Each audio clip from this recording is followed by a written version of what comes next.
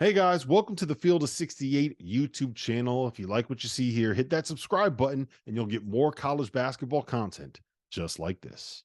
We had breakdowns on switches, and we went for Sebastian went for a steal that started their run. That I've told him to do in practice, stop doing in practice 1,000 times. And on a veteran team, he'd play about 5 minutes a game, but I got to play him. Our turnovers, we invent new ways to turn it over. Kenny gets in the game. Our oldest, smartest guy, supposedly our most trained player, he fouls 98 feet from the basket on a rebound. It is what it is. I mean, you can't call your mommy. She can't help you. Get opportunity to a lifetime. It may not last forever, depending on your performance. Just for starters, it's just wondering why Coach Cronin's not here tonight. He's still talking to the team, and Oh. we didn't want to keep you guys waiting too long. I don't know how long it's going to be, so Okay. I'm here instead.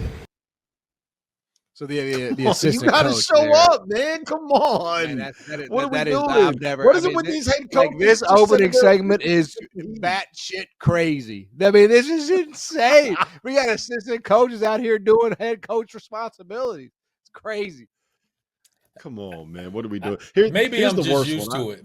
Maybe I'm used to it. I've just seen it and been a part of it, man. It happens. Like I don't think it's that bad.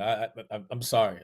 And I'm not saying he's right, because I think you ought to take the heat and kind of deflect your play. Not necessarily throw your players on the bus. I'm not with all that, but I respect it. It's an honest assessment. Like, this is a young team, man. They're not going anywhere. They're crumbling under the expectations of what everybody's expecting them to be. None of us thought UCLA was going to be that good this year. Like, none of us. I mean, I they're don't think it's that crumbling. big of a surprise.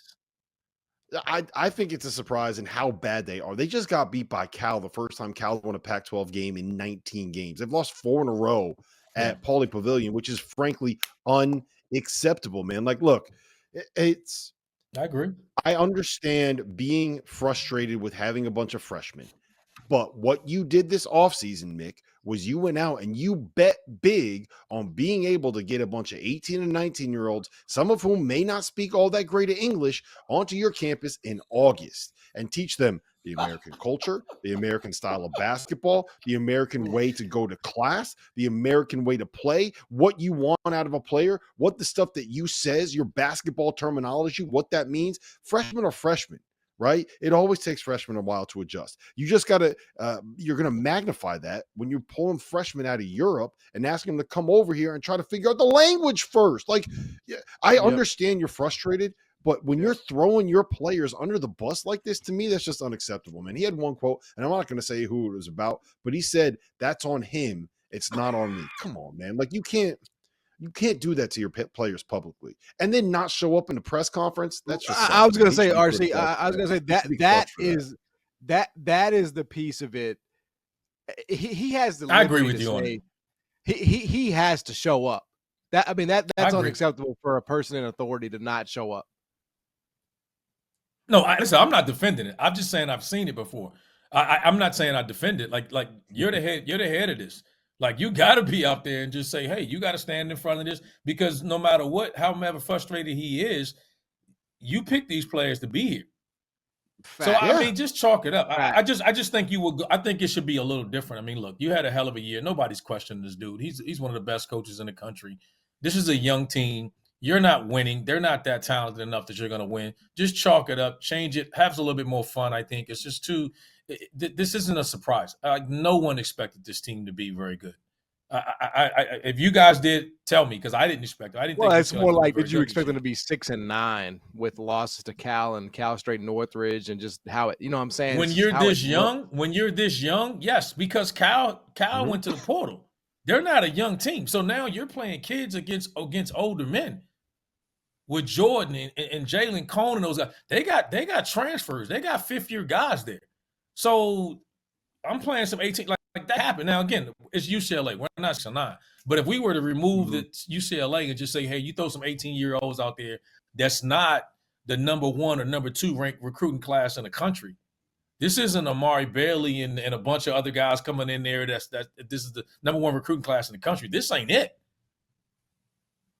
And so again, I sound like I'm defending him, and I'm not. Like I said, he's dead it's like wrong where about it. does the buck stop on all that? Right? It's definitely on him. It's all on him. It's all on him.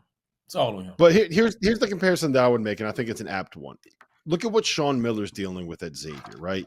He has a whole bunch of freshmen that he's bringing in from Europe. He lost his 2 best players this offseason, one to a foot injury, one to a heart issue, right?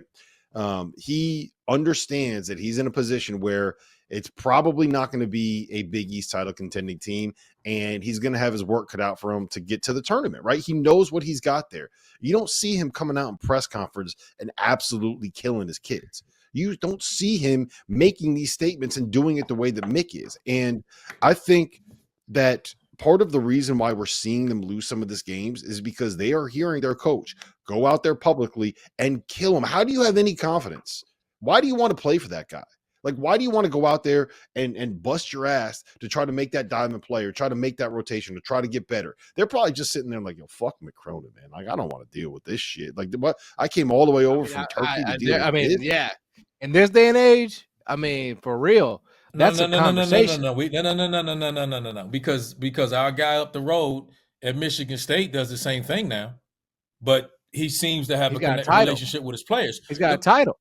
Yeah. Okay. Yes, that's it right there. It's the relationship, RC. Okay.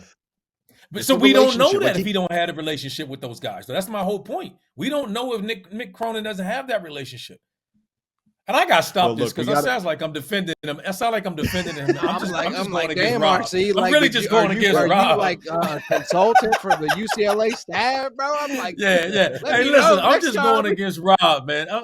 Hey, listen, I'm just going against Rob. I got to cut this out. I'm going to cut this out because I act like I'm defending Mick. No, I mean, like, I get it. Like, I'm not saying there's not a fair discussion to be had. I'm not saying there's not a fair discussion to be had. At the same time, like, dude, you're UCLA, all right? Like the world is your oyster. Thank you for watching the Field of 68. If you've enjoyed what you've seen here, hit that like button, share this link with your friends, or check out the description for some other places that you can consume Field of 68 content.